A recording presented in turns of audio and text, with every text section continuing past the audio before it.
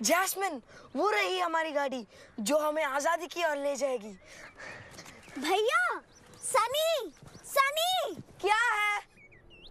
हम यह ठीक नहीं कर रहे हैं। मुझे लगता है हमें वापस लौट जाना चाहिए। नहीं, कभी नहीं। मैं वो मास्टर जी और माँ बाबा के पास कभी नहीं जाना चाहता, जो हमें बिल्कुल बुद्धू समझते हैं। बस बहुत हो गया। तुम्हें नहीं लगता? हाँ, तुम बिल्कुल ठीक कह रहे हो। मैं जानता हूँ कि मैं ठीक कह रहा हूँ। बस हम एक बार मुंबई पहुँच जाएं, फिर देखना, मैं इतने पैसे कमाऊंगा कि लोग मेरे बारे में अखबारों में लिखेंगे। फिर सबको पता चल जाएगा कि मेरी योग्यता क्या है। पर हम मुंबई जाके करेंगे क्या? तू फिक्र मत कर, मैं सब संभाल लूंगा। मैंने कभी भी तुझे निराश किया है? चलो चले।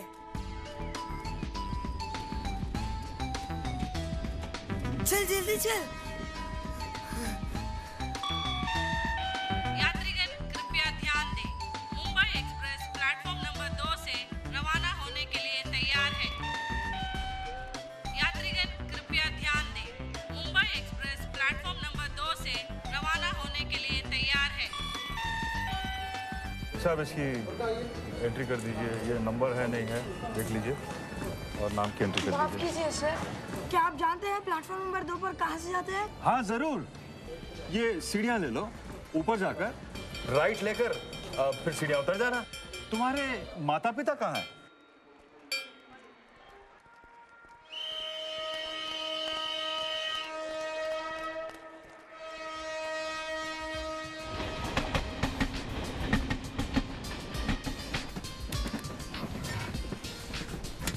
जैस्मिन, यहाँ खाली है।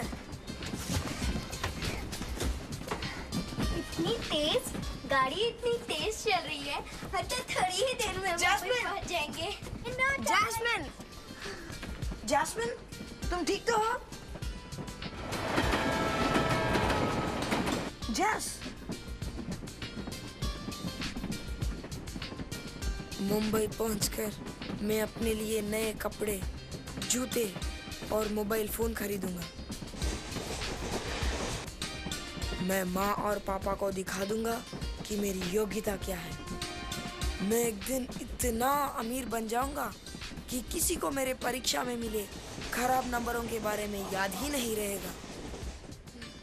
क्या पता, शायद मैं जॉनी लीवर की तरह बहुत बड़ा फिल्म स्टार बन जाऊं।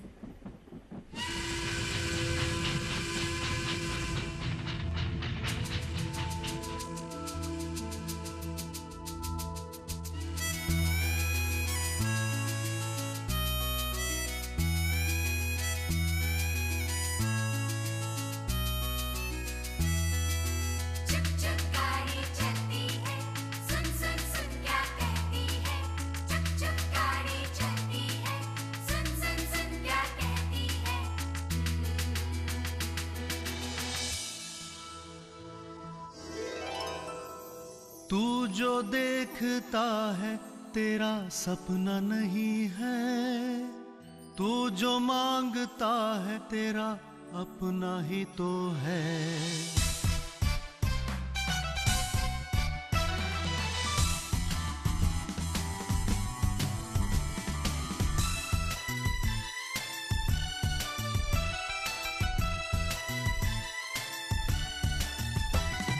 तू जो देखता है तेरा सपना नहीं है, तू जो देखता है तेरा सपना नहीं है, तू जो मांगता है तेरा अपना ही तो है। तेरी क्या बात है, तेरी क्या बात है, तेरी क्या बात है, तेरी क्या बात है। तू जो चाहे मिलेगा, तू जो सोचेगा मिलेगा, तू जो चाहे मिलेगा, तू जो सोचेगा मिलेगा। तुझसे ही ये दिन रात है। तेरी क्या बात है, तेरी क्या बात है, तेरी क्या बात है, तेरी क्या बात है।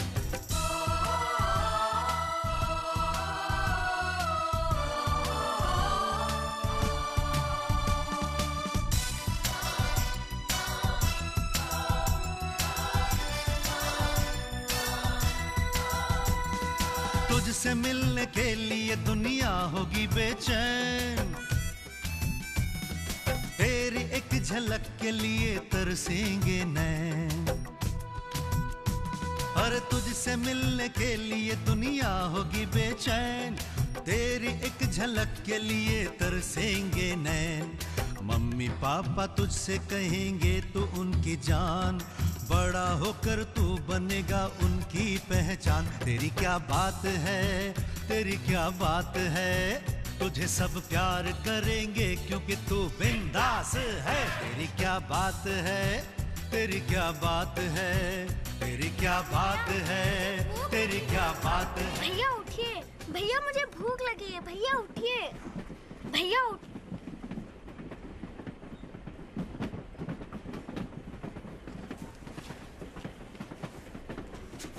माफ कीजिए सर, मैंने सोचा ये सीट खाली है, मैं जाता हूँ। डरो मत बेटा, सब ठीक हो जाएगा। मेरा नाम राज है। तुम्हारे माता पिता कहाँ हैं? हाँ, वो दूसरे डिब्बे में है। मैं और मेरे बहन चॉकलेट खरीदने गए और रास्ता भूल गए। हम इसीलिए आपसे रास्ता पूछ रहे थे। तुम सच बोल रहे हो?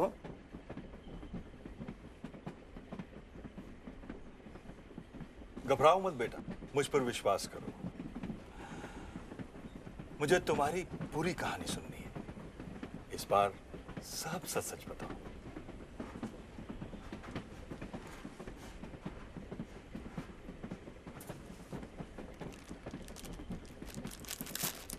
ये लो, बिस्किट खाओ। ले लो, तुम भी लो।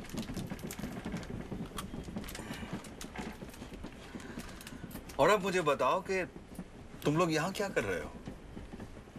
मेरा नाम सन्नी कुमार है और ये मेरी बहन जैस्मिन कुमार है। हम मुंबई जा रहे हैं ताकि मैं अपने लिए कोई काम ढूंढ सकूं। और तुम्हारे माता पिता? वो नहीं जानते, हम घर से भाग आए हैं। मामला संगीन है। तुम्हें क्या लगता है शहर में तुम्हें क्या काम मिलेगा?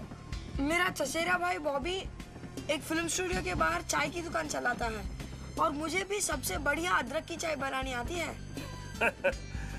तो तुम चाय की दुकान खोलना चाहते हो? और जैस्मिन, तुम घर से क्यों भागी?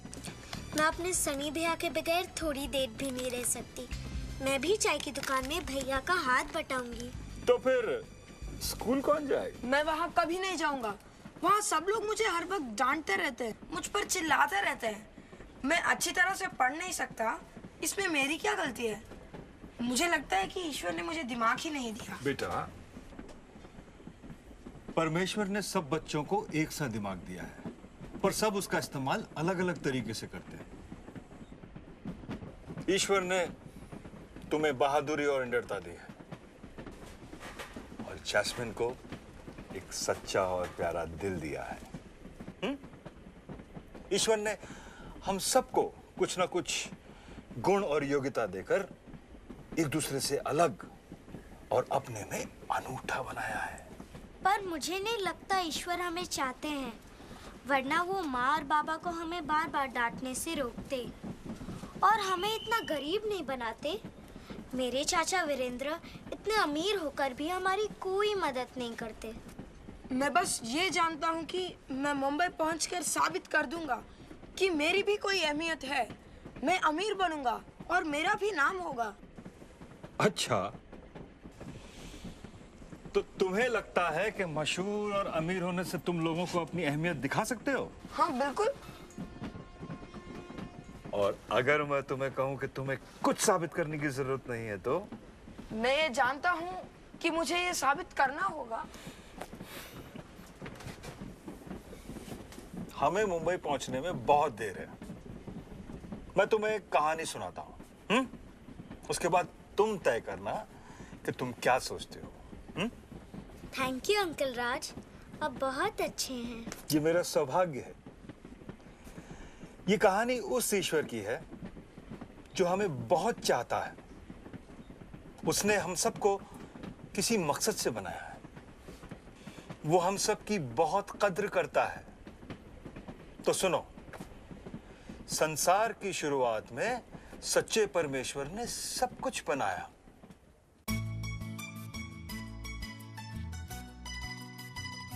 उसने ब्रह्मांड की रचना की। उसने इस धरती को बनाया और उसने जीवन दिया। छोटे बड़े सभी प्राणी एक तालमेल के साथ जीते थे, लेकिन उसने अपनी श्रेष्ठ बनावट को आखिर में बनाया।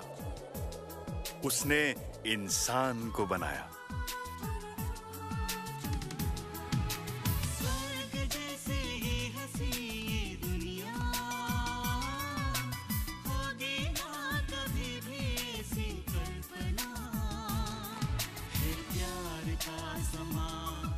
हमें बनाया ताकि हम उसके साथ दोस्ती कर सकें।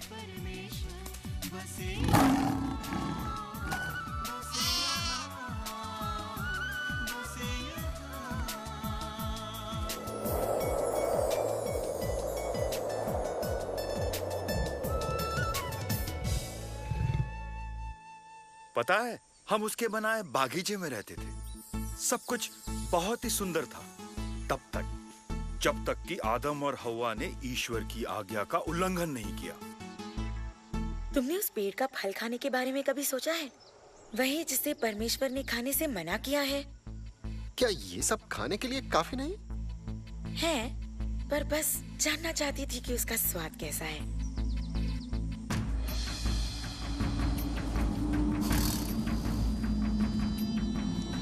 क्या सचमुच परमेश्वर ने कहा कि बाग का कोई फल मत खाना? नहीं, हम हर पेड़ का फल खा सकते हैं, पर परमेश्वर ने कहा तुम उस पेड़ का फल मत खाना जो बाग के बीचों बीच है, ये वाला। और तुम उसे छूना भी मत, वरना मर जाओगे। तुम मरोगे नहीं। परमेश्वर ये जानता है कि अगर तुमने ये फल खा लिया तो तुम्हारी आंखें खुल जाएंगी। तुम परमेश्वर जैसे बन जाओगे, अच्छे और बुरे को जानने वाले। हव्वा,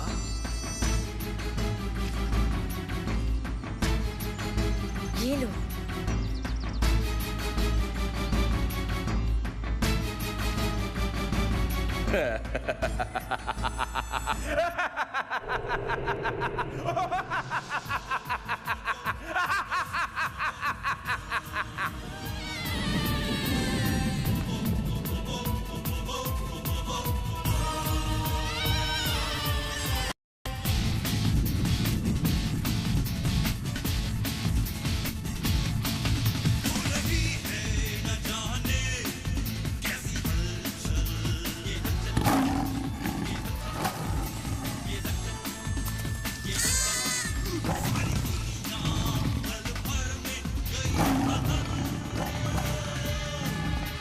ईश्वर की आज्ञा का उल्लंघन करने की वजह से हम उससे दूर हो गए।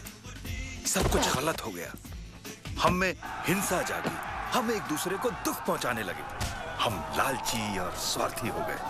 हम एक दूसरे से प्यार करना भूल गए।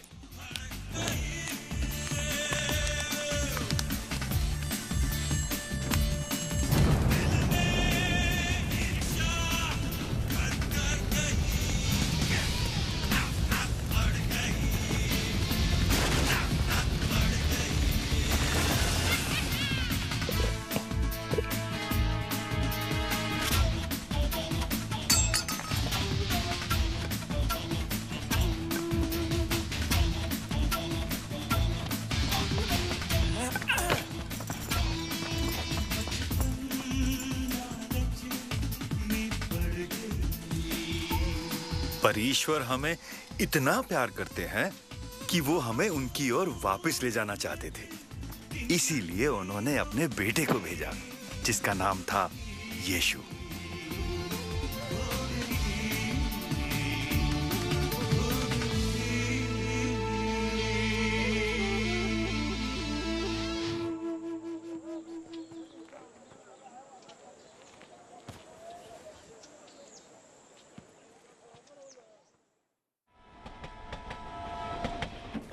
उस लड़के ने पैसे चुराए? हाँ, गलतियां हम सब करते हैं। तुम्हें वो बागीचे वाला सांप याद है? वो आज भी हमें गलत काम करने के लिए उकसाता है। परमेश्वर हमें माफ करना चाहते हैं, इसलिए उन्होंने अपने पुत्र को भेजा। पूरी कहानी सुनकर ही बात तुम्हारी समझ में आएगी। अंकल, क्या आप जानते हैं मुंबई पहुंचने में और कितनी देर है? तुम फिक्र मत करो, हमारे पास बहुत समय है कहानी सुनने के लिए। यीशु जो ईश्वर का बेटा था, मनुष्य बनकर हमारे बीच आया। मरियम नाम की एक लड़की की कोख से उसका जन्म हुआ। मरियम और उसके पति यूसुफ ने यीशु को अपने बेटे की तरह पाला।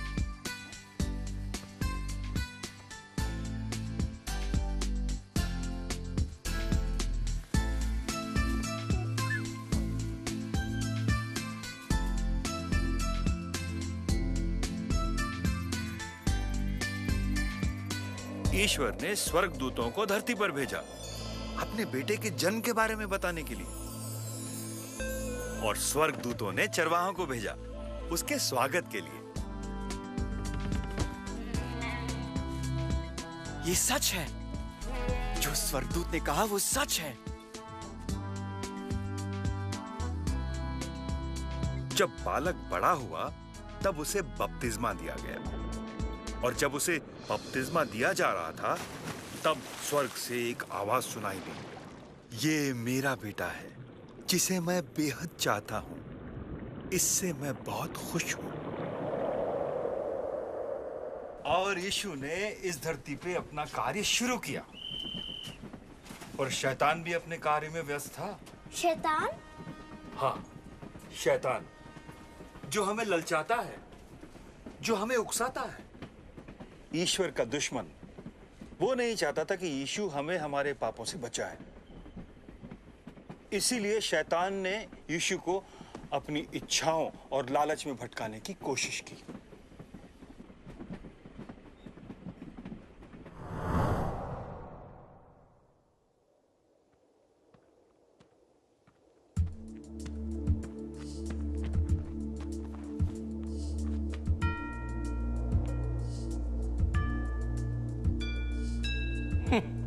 परमेश्वर का बेटा 40 दिन बिना खाए उपवास और प्रार्थना।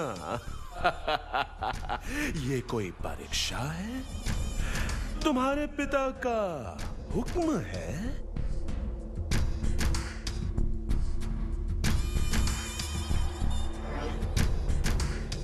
भूख लगी है? हाँ? अगर तुम परमेश्वर के बेटे हो तो इस पत्थर से कहो कि ये रोटी बन जाए।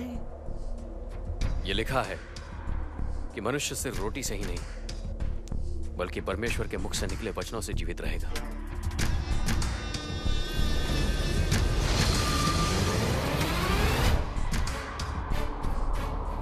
अगर तुम परमेश्वर के बेटे हो तो कूद जाओ, क्योंकि लिखा है कि परमेश्वर स्वर्गदूतों को आदेश देगा और वो तुम्हें हाथों हाथ उठा लेंगे ताकि तुम्हारे पैरों में पत्थर से ठेस ना पहुंचे। ये भी लिखा है, परमेश्वर की परीक्षा लेने की कोशिश मत करना।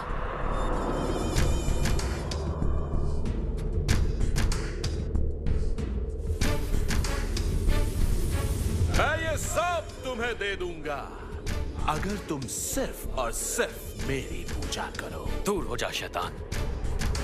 लिखा है कि तू अपने प्रभु परमेश्वर को प्रणाम कर और उसी की उपासना कर। हम फिर मिलेंगे।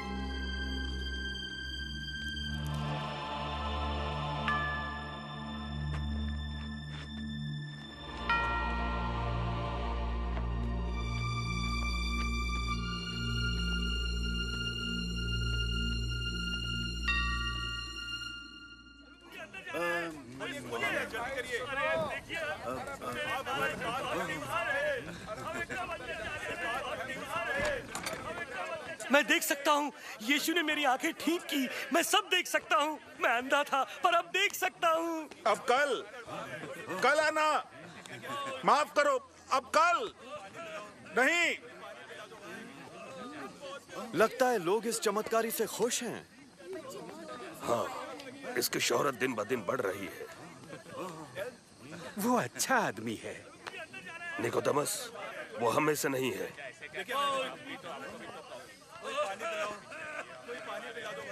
नहीं, आप लोग कल आना। मैंने कहा आप लोग कल आना। आपको कल देखेंगे, कल।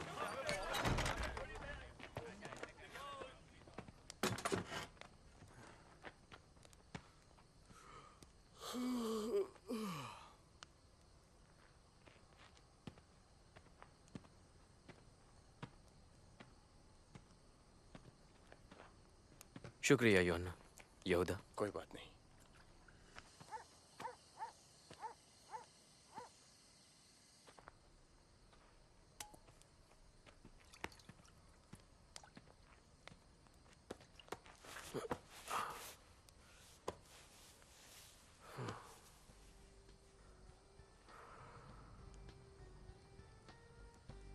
यीशु, यीशु,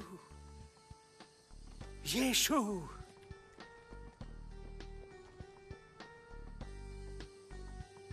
निकोदेमस, यहाँ अंधेरे में क्या कर रहे हैं आप? यीशु, जरूर तुम्हें परमेश्वर ने भेजा है, वरना तुम ये चमत्कार नहीं कर पाते। अगर कोई नए सिरे से जन्म ना ले तो वो परमेश्वर का राज नहीं देख सकता। पर एक इंसान दोबारा कैसे जन्म ले सकता है? सुनिए, लोग बच्चे के शरीर को जन्म देते हैं, पर सिर्फ परमेश्वर की दी हुई आत्मा उसमें जान डाल सकती है। पर ये कैसे हो सकता है? परमेश्वर को इस दुनिया के लोगों से इतना प्यार है कि उसने अपना बेटा भेजा, ताकि जो भी उस पर विश्वास करेगा वो अमर जीवन पाएगा और उसकी आत्मा कभी नहीं मरेगी। परमेश्वर ने अपना बेटा दुनिया में इसलिए नहीं भेजा कि लोगों में बुराई ढूंढे, उसे लोगों को बचाने भेजा है। जो लोग सच्चाई की जिंदगी नहीं जीते, उन्हें उजाले से ज्यादा अंधेरा पसंद होता है, पर जो लोग सच्चाई से जीते हैं वो उजाले में आएंगे।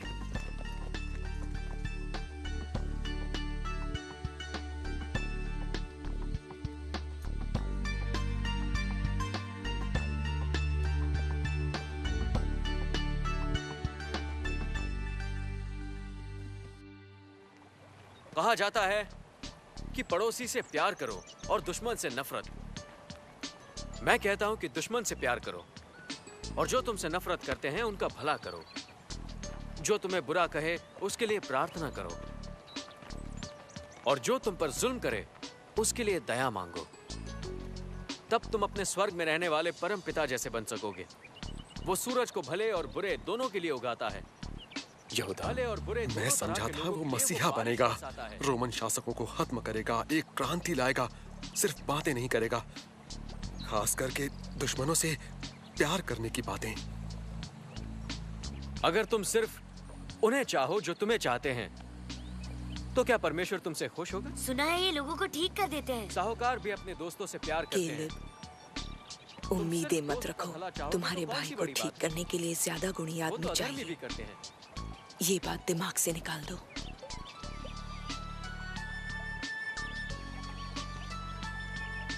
दूसरों से वैसा ही सलूक करो जैसा तुम अपने लिए चाहते हो।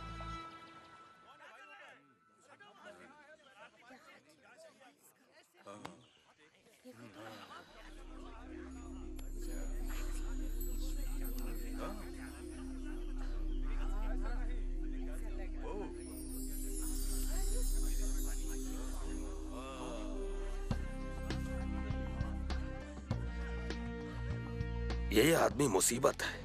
ये खुद को परमेश्वर समझता है। याकूब, कोई बात नहीं। आज लोग हमारे बजाय इसकी बात सुन रहे हैं। ये वक्त गुजर जाएगा।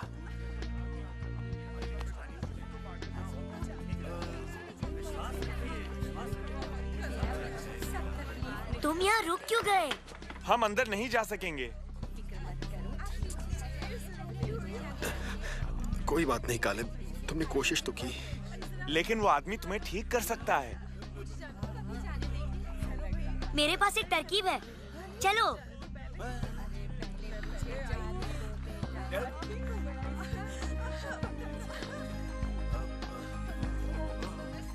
मेरा बच्चा ठीक हो गया।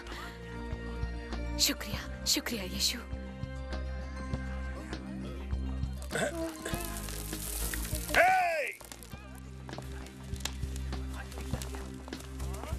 तुम छत पर ये क्या कर रहे हो? कोई बात नहीं पतरस, देखो।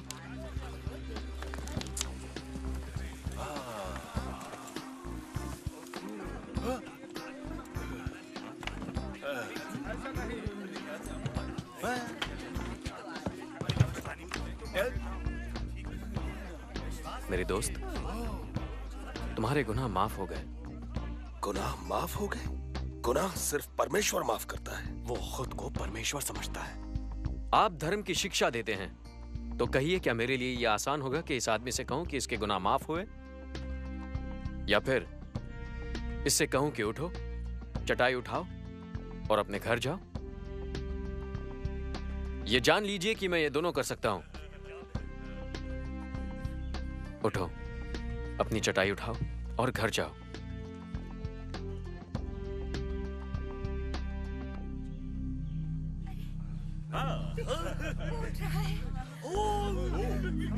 बहुत सालों से बीमार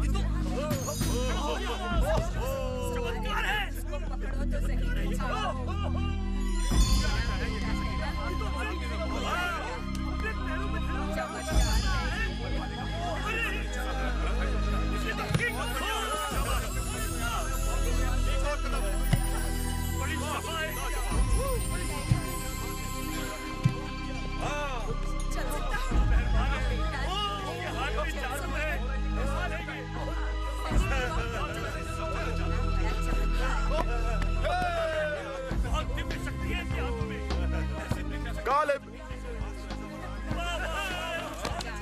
विश्वास नहीं हो रहा, कितना अच्छा लग रहा है। कमाल हो गया।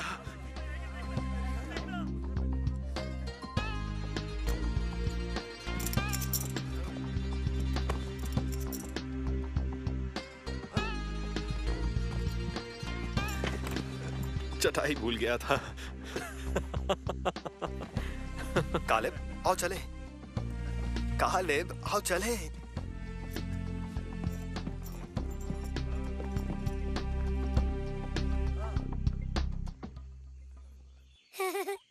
वो हमें नीचा दिखा रहा है। इस बार मैं तुमसे सहमत हूँ याकूब। हमें इससे छुटकारा पाना होगा। छुटकारा पाने से क्या मतलब? मेरा मतलब है कि हम उसे हटा देंगे, हमेशा के लिए। अच्छा, हाँ, मैं मतलब समझ गया। अरे रुको तो। माँ कितनी खुश होगी। मैं अंदर जाकर उन्हें हैरान कर दूंगा।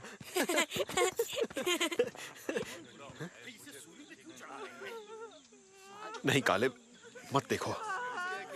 रोम के सिपाही किसी मुजरिम को सूली पर चढ़ा रहे हैं। हम पिछले रास्ते से घर चलेंगे। बेन्यामिन, बोलो। क्या वो चोरी के लिए भी सूली पर लटका सकते हैं? मुझे नहीं पता। रोम के सिपाही तो जो भी चाहें कर सकते हैं।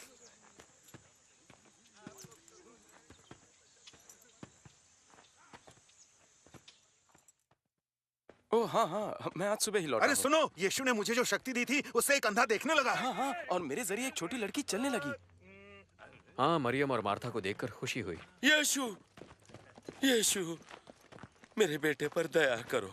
आपके शिष्यों ने बहुत कोशिश की पर वो उसे ठीक नहीं कर पाए। उसे मेरे पास लाइए।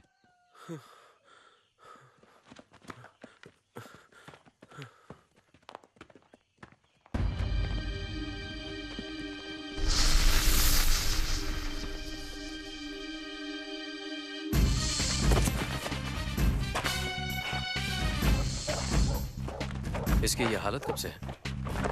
ये हालत तो इसकी बचपन से ही है। शैतान कभी इसे आग में तो कभी पानी में फेंक देता है। यीशु, दया करो, हो सके तो इसे ठीक कर दो। हो सके तो?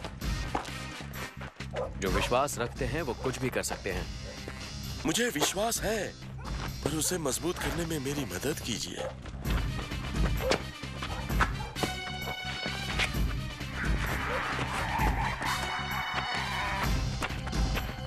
मैं तुम्हें हुक्म देता हूं कि इसे छोड़ दो और दोबारा इसे परेशान मत करना।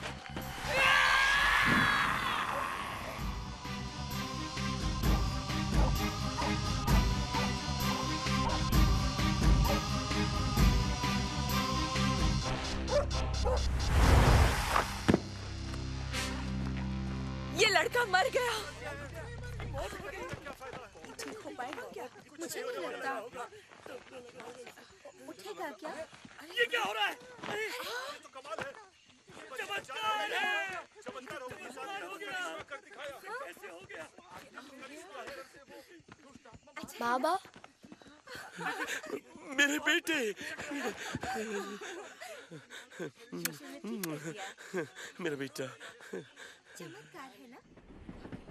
तो क्या यीशु शैतान से भी ज्यादा शक्तिशाली थे? हाँ, ये सच है। यीशु की शक्ति अपार है। वो हम सबसे प्यार करते हैं। वो हमें मुक्ति दिलाना चाहते हैं, ठीक उस छोटे लड़के की तरह।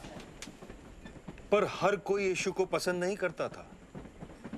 कुछ लोग यीशु को बहुत बड़ा संकट मानने लगे थे और इसीलिए उन्होंने यीशु के खिलाफ षड्यंत्र रचना शुरू कर दिया। पर यीशु ने दूसरों के विचारों से अपना कार्य प्रभावित होने नहीं दिया, क्योंकि वो जानते थे वो कौन है और इसीलिए वो किसी का भी सामना कर सकते थे।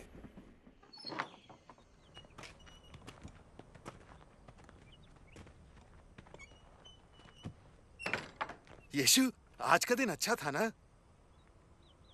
हाँ, अच्छा था। मुझे गद्दारी से किसी और के हवाले कर दिया जाएगा।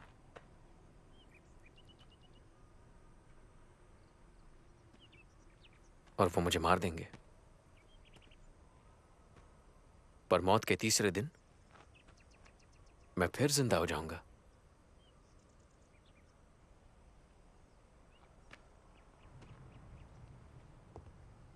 इसका क्या मतलब? मुझे नहीं पता, पर ऐसा होगा क्यों? आप त्योहार मनाने यरूशलेम आए हैं, तो ये देखिए। ऐसे थोड़ी होता है। देखो, ऐसा नहीं चलेगा। मैं कहता हूँ मुसीबत बढ़ने से पहले उसे मार देना चाहिए। हमें रुकना चाहिए। इतनी जल्दबाजी अच्छी नहीं। नहीं, अभी बहुत इंतजार कर चुके। हम किसी को ऐसे ही नहीं मार सकते। और कोई रास्ता नहीं। इससे पहले कि वो और मुसीबतें खड़ी करे, हम उसे मार देंगे। ऐसी चाल चलेंगे कि रोमन्स को सूली पर चढ़ाने के लिए एक और मुजरिम मिल जाए। पर अभी इंतजार करेंगे। त्योहार मनाने के लिए शहर में बहुत लोग आए हैं। दंगा हो सकता है।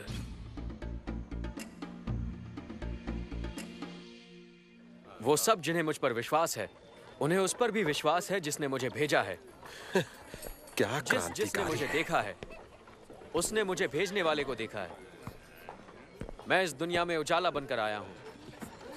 जिन्हें मुझ पर विश्वास नहीं है, वो अंधेरे में रहेंगे।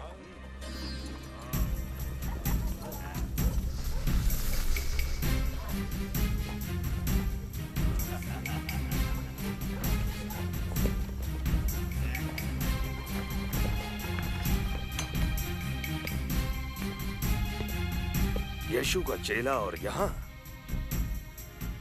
क्या सेवा करें हम तुम्हारी?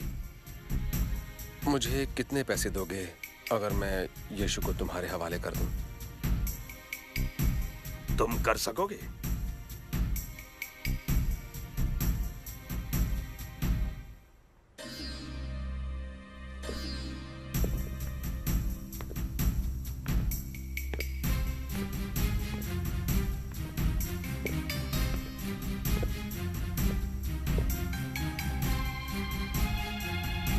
एक, दो,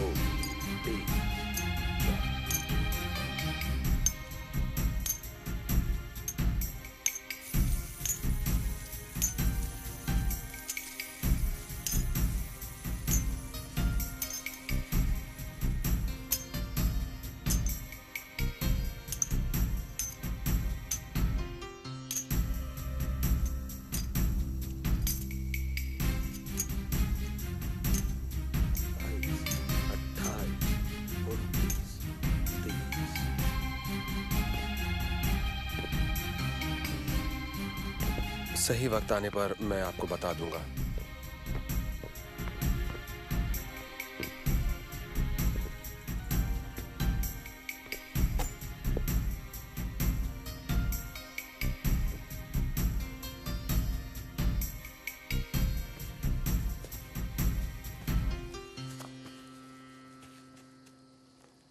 पतरस, याकूब, योहान, आओ।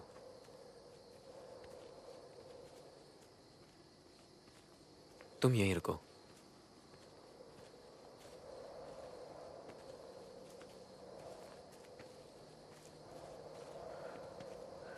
मैं परेशान हूं।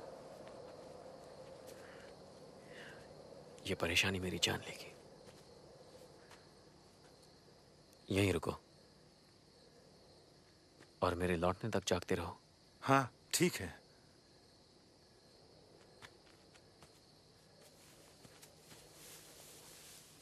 ये सब हो क्या रहा है? मुझे नहीं पता, पर मैंने उन्हें इतना परेशान पहले कभी नहीं देखा।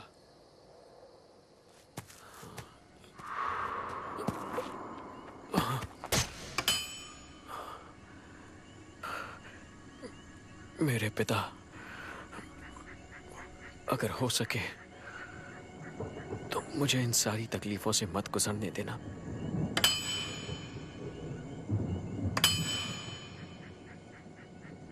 वही करना जो आप चाहते हैं, ना कि जो मैं चाहता हूं।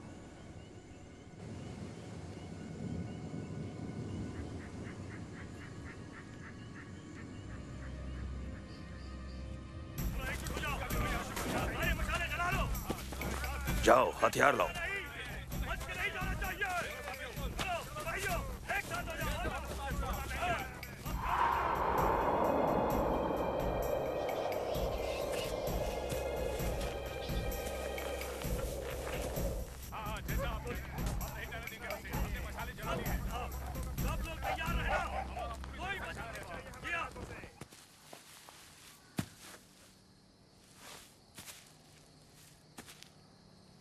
मेरे लौटने तक तुम लोग जाग नहीं सकते थे?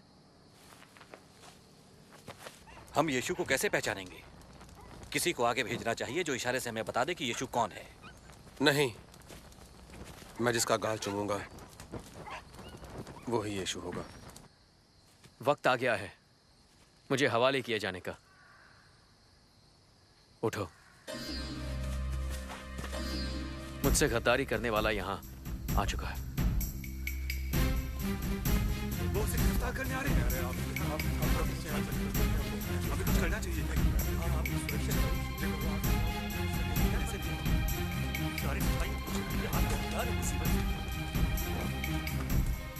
किसकी तलाश है तुम्हें? नाजरत वाले यीशु की। वो मैं हूं।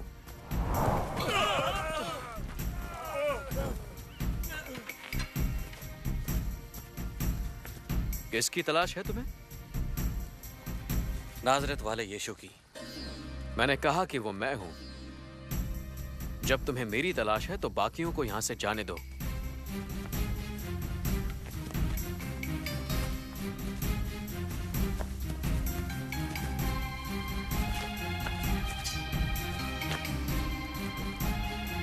कैसे है यीशु? क्या मुझे चूम कर धोखा दोगे?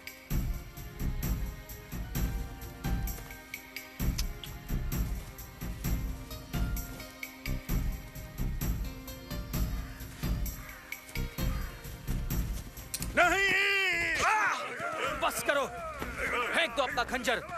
जो हिंसा के सहारे जिएंगे वो हिंसा से ही मरेंगे। मैं वो तकलीफें उठाऊंगा जो मेरे पिता ने लिखी हैं।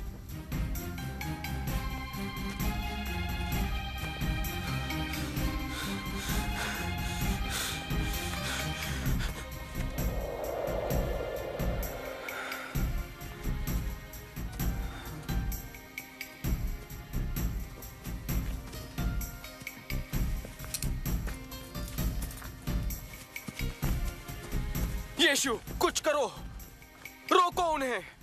क्या तुम नहीं जानते कि अगर मैं कहूं तो मेरे पिता स्वर्गदूतों की 12 फौजें भेज सकते हैं, मगर वो कैसे होगा जो उन्होंने लिखा है?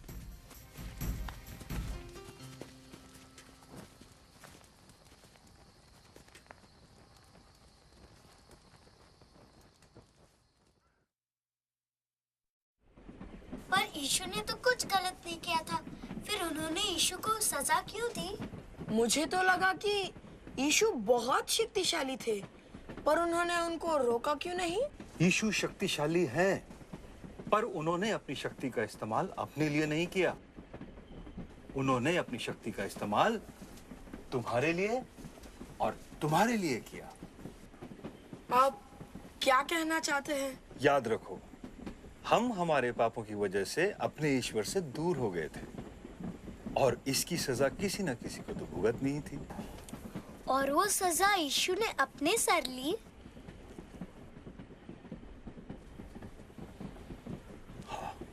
तो उन्होंने कैसे सजा पाई? उन दिनों लोगों को क्रूज पे चढ़ा के मारा जाता था। और उन्होंने यीशु के साथ भी यही किया।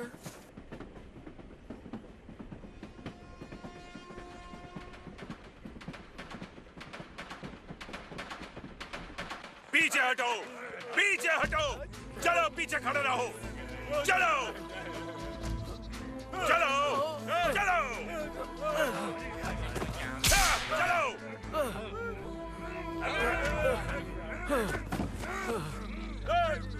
तुम इसकी मदद करो।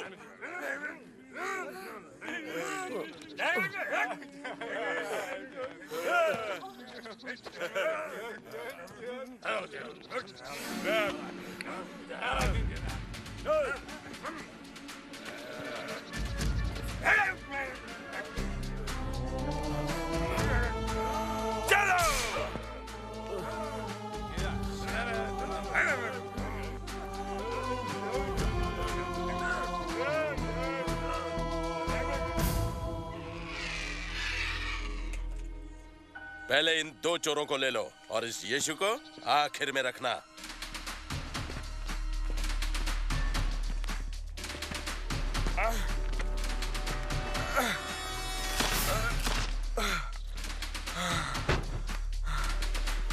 नहीं, नहीं, नहीं, नहीं, नहीं,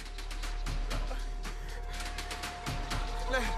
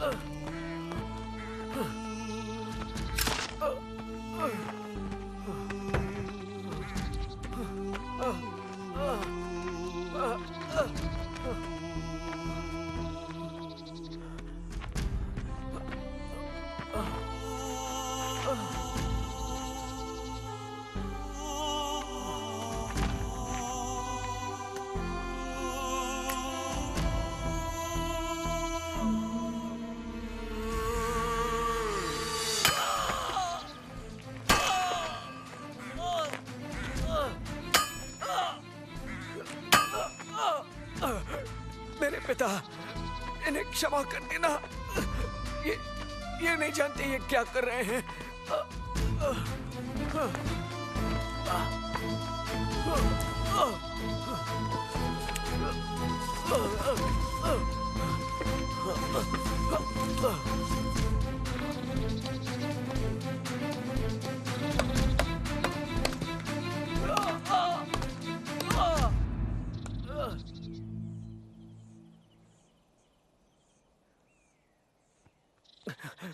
मेरे पिता परमेश्वर, मुझसे मुंह क्यों मोड़ लिया? तुम परमेश्वर के बेटे हो ना? फिर बचाओ खुद को और हमें भी। तुझे परमेश्वर का डर नहीं? हम अपने जुर्म की सजा भुगत रहे हैं, पर इन्होंने तो कुछ भी नहीं किया। मुझे याद रखना, जब आपका राज आए। वचन देता हूं कि आज तुम स्वर्ग में रहोगे मेरे साथ।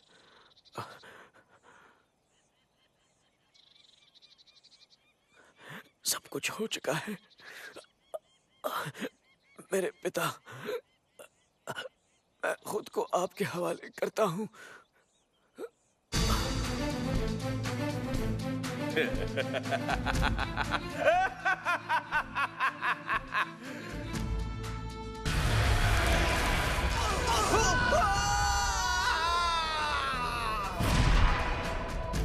सिपाही, देखो ये मर चुका है या नहीं। जी।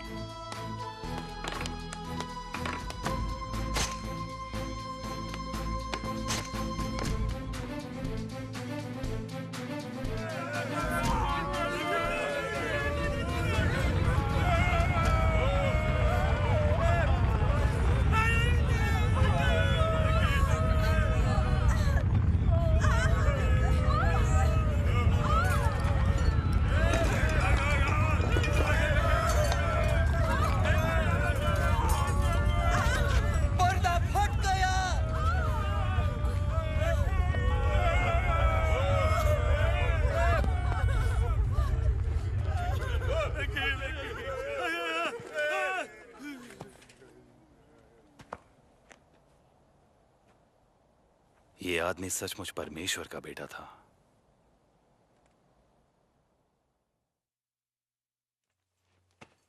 यह पायलट की अनुमति है शरीर लेने के लिए।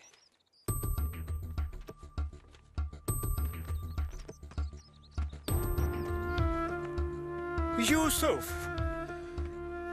यूसुफ, रुको, मैं मदद करता हूँ। तुम निकोदेमस, तुम सबको बताना चाहते हो कि तुम इनके मानने वालों में से हो। वो मेरे साथ जो भी सुलूक करें, मुझे परवाह नहीं। दर्द सहा, क्या क्या किया, जान भी तुमने दिया। दर्द सहा, क्या क्या किया, जान भी तुमने दिया। देखते रह गए हम, कुछ भी ना कर सके हम। हो गई कैसी खता।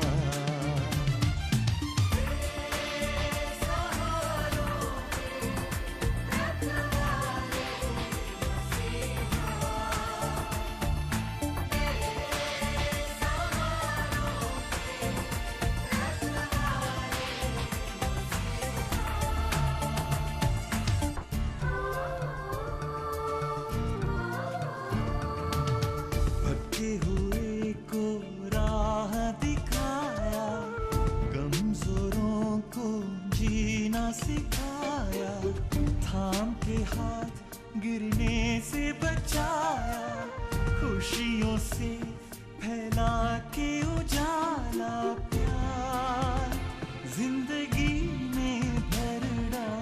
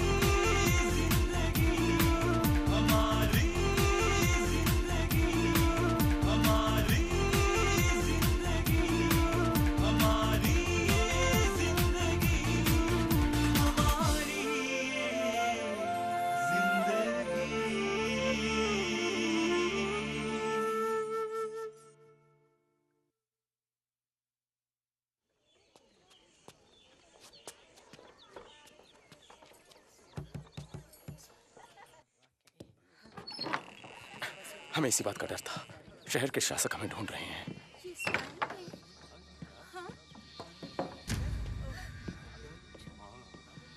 मैं कब्र पर गई थी।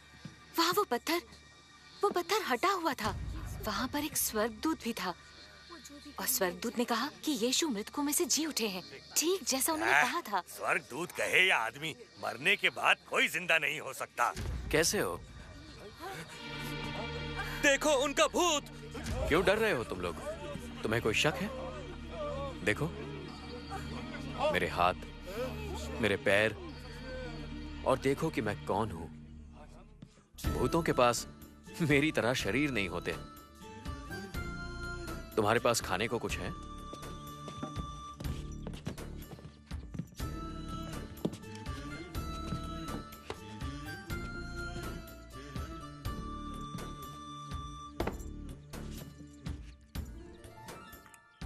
देखो, भूत मछली नहीं खाते।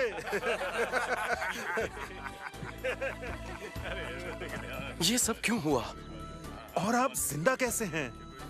धर्मशास्त्र में लिखा था कि मैं दुख उठाऊंगा और 3 दिन बाद मृतकों में से जी उठूंगा।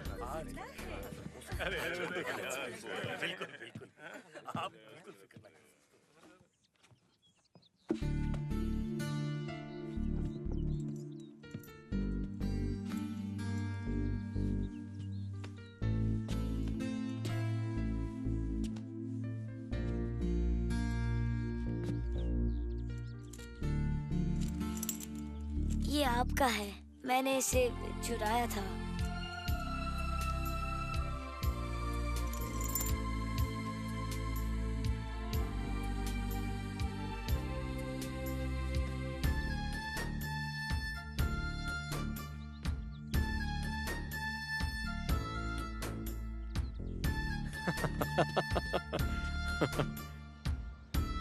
ये भी लिखा है कि चारों तरफ हर एक से ये कह दो कि जो भी मुझे अपनाएगा उसकी आत्मा कभी नहीं मरेगी, वो मेरे साथ स्वर्ग में रहेगा। इसलिए जाओ और सारी जातियों के लोगों को मेरी शिक्षा बताओ। उन्हें परम पिता, पुत्र और पवित्र आत्मा के नाम से बपतिस्मा दो। उन्हें वो सब बातें मानना सिखाओ जिनका मैंने तुम्हें आदेश दिया है। मैं हमेशा तुम्हारे साथ रहूंगा, इस दुनिया का अंत होने तक। गैलिली के लोगों, आकाश की तरफ क्या देख रहे हो? यीशु को स्वर्ग में ले गए हैं। पर एक दिन वो वापस आएंगे, उसी तरह जिस तरह तुमने उन्हें जाते देखा। रुको!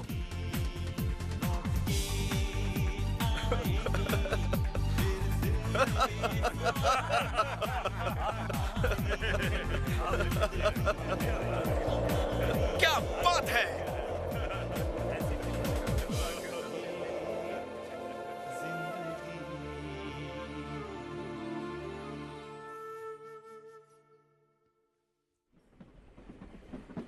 तो तुमने देखा, यीशु ने अपनी जान दे दी, क्योंकि तुम दोनों उनके लिए बहुत कीमती हो।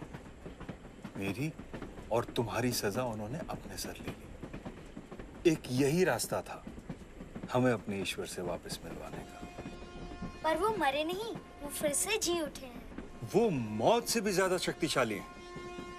यीशु एक जीवित परमेश्वर है। वो आज भी हमारे बीच जिंदा है। हम मुंबई के करीब हैं। सनी, क्या तुम मशहूर और अमीर बनने के लिए तैयार हो? मैं अभी आया।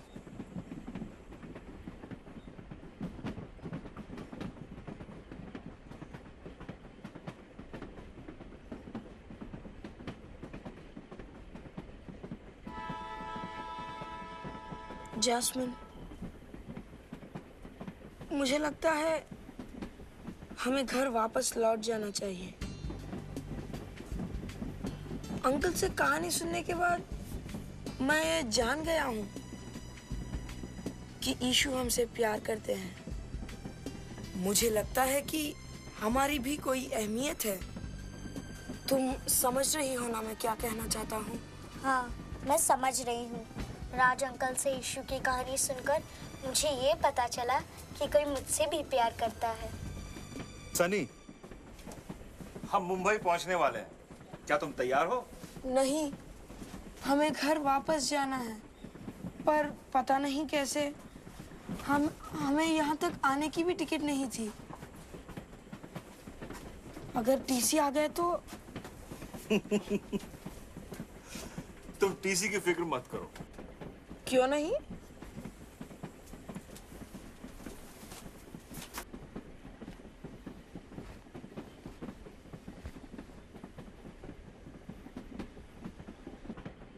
मैं ही टीसी हूं और मैंने खुद तुम्हारे टिकट के पैसे भर दिए हैं। सच? ये तो उसी तरह है जैसे यीशु ने हम सब की गलतियों की कीमत चुकाई। बिल्कुल सच। और मैं तुम्हें खुद लेके जाऊंगा वापस। तो हमें यीशु के बारे में और कुछ बताइए। यीशु के दिल में तुम्हारे लिए बहुत अहमियत है। इसलिए नहीं कि तुम क्या करते हो या नहीं करते,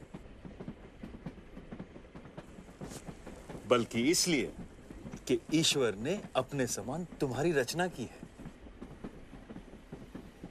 तुम जैसे भी हो वो तुम्हें चाहते हैं और इसीलिए उन्होंने मौत को भी गले लगा लिया ताकि तुम उनके साथ रह सको।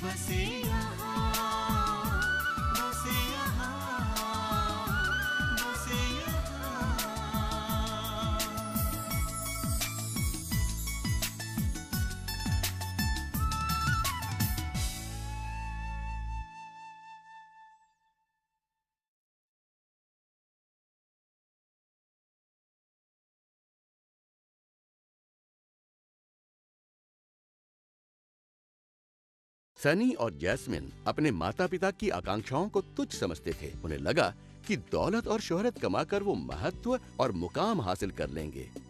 इसलिए वो घर छोड़कर मुंबई भाग गए, ये सोचकर कि मुंबई पहुंचकर वो अमीर और मशहूर बन जाएंगे, फिर उन्हें सारी खुशियां हासिल हो जाएंगी।